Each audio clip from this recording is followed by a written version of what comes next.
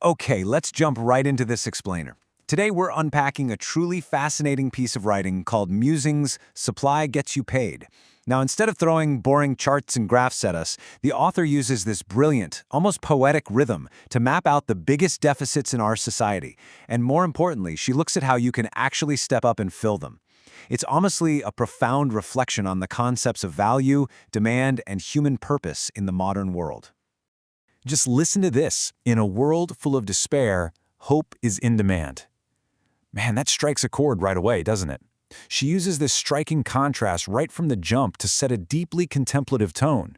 It's a repetitive, rhythmic style that kind of forces us to pause and look at the world differently.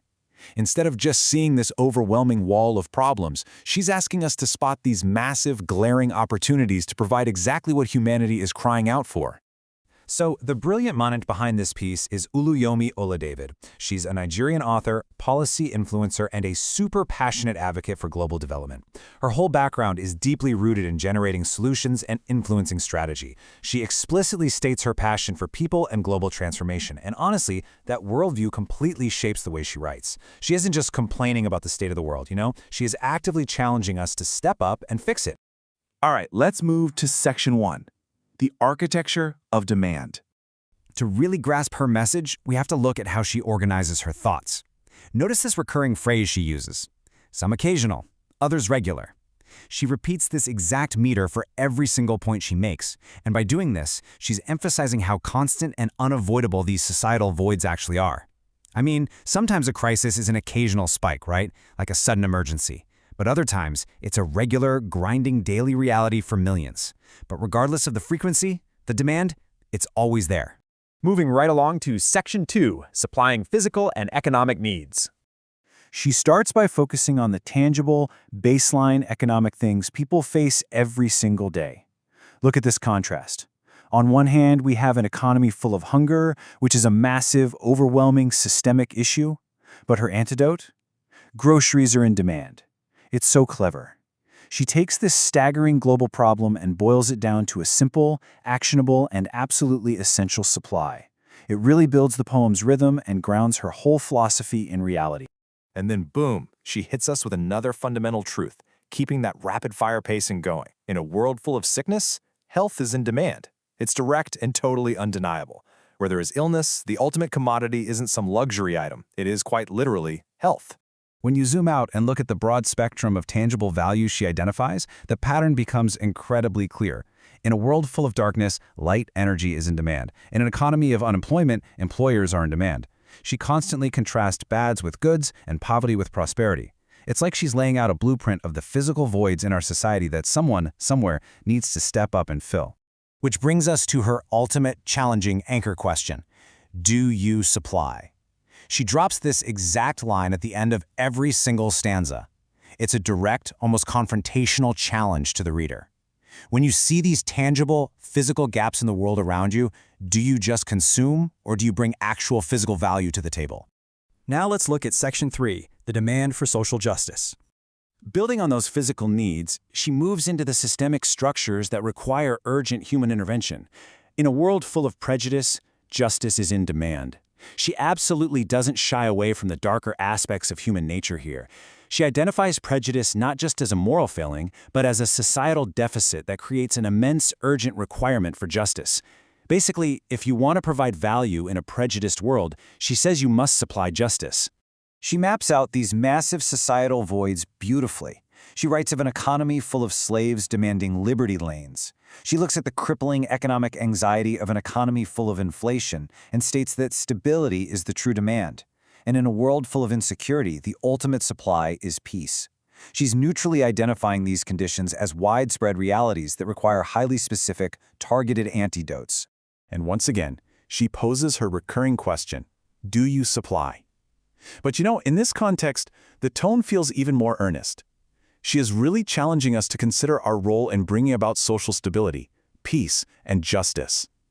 Are we actually contributing to the security of our communities, or are we just bystanders watching it all happen? Shifting gears a bit, here is Section 4, Providing Psychological and Emotional Value. From the societal, we shift to the deeply personal. She gets that humans aren't just economic units on a spreadsheet. we're emotional beings. She writes, in a world full of fear, faith is in demand. The emotional weight of this is just incredible. Now, she isn't necessarily speaking exclusively about religious faith here, but rather the psychological necessity of belief, trust, and conviction when you're facing a terrifying world. When fear is the dominant currency, faith becomes the absolute most valuable asset you can provide. She perfectly links these emotional concepts together. As we saw earlier, she contrasts despair with hope. In a world full of anxiety, assurance is what people are desperately seeking. And I absolutely love this metaphor she uses. In a world full of drought, rain is in demand. I mean, wow, it perfectly encapsulates how deeply she values psychological support and emotional refreshment in what is, let's be honest, an exhausting, chaotic world. So do you supply? When the people around you are anxious, fearful, or in despair, do you have the emotional capacity to supply hope, assurance, and faith? It prompts a really quiet, deeply personal reflection on what we actually contribute to the mental well-being of the people in our lives. Next up is Section 5, Supplying Intellectual Clarity. Here, she introduces her final major category, the deep intellectual gaps that exist in our modern economy. Listen to this fascinating distinction. In an economy full of readers, thinkers are in demand. Think about today's digital age. We read constantly, right? We're scrolling through feeds, skimming headlines, double-tapping posts. We are an economy of passive readers. But what is actually in demand? Critical, active, genuine thinkers. Just consuming information isn't enough anymore. Processing it and generating original insight is where the real true value lies. She then points out we live in an economy full of copycats, where originals are in demand. If you've spent even 5 minutes online watching everyone do the exact same trend, you know exactly what she means. Based on her framing, an original is an authentic individual who simply refuses to just duplicate what everyone else is doing. She is urging us to consider our own uniqueness as a vital form of supply. The intellectual rigor she demands here is pretty incredible.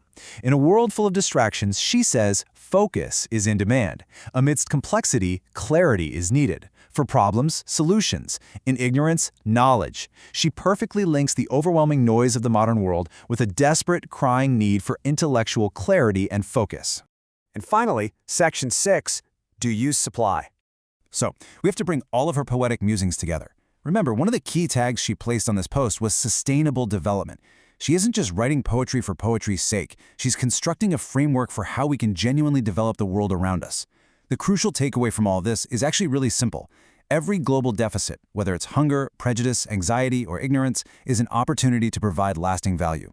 Her overarching philosophy is that the world's many negative states are not reasons to give up. Actually, scratch that. They are open invitations for us to step up, find our niche, and supply exactly what is missing. So I'll leave you with her rhythmic anchor phrase as a final thought. We've seen the architecture of demand. We've seen the physical, societal, emotional, and intellectual voids that desperately need filling. In a complex world of endless needs, do you supply? Really think about what unique value you bring to the table and how you can step into the gaps around you. Thanks for joining me on this explainer, and keep learning.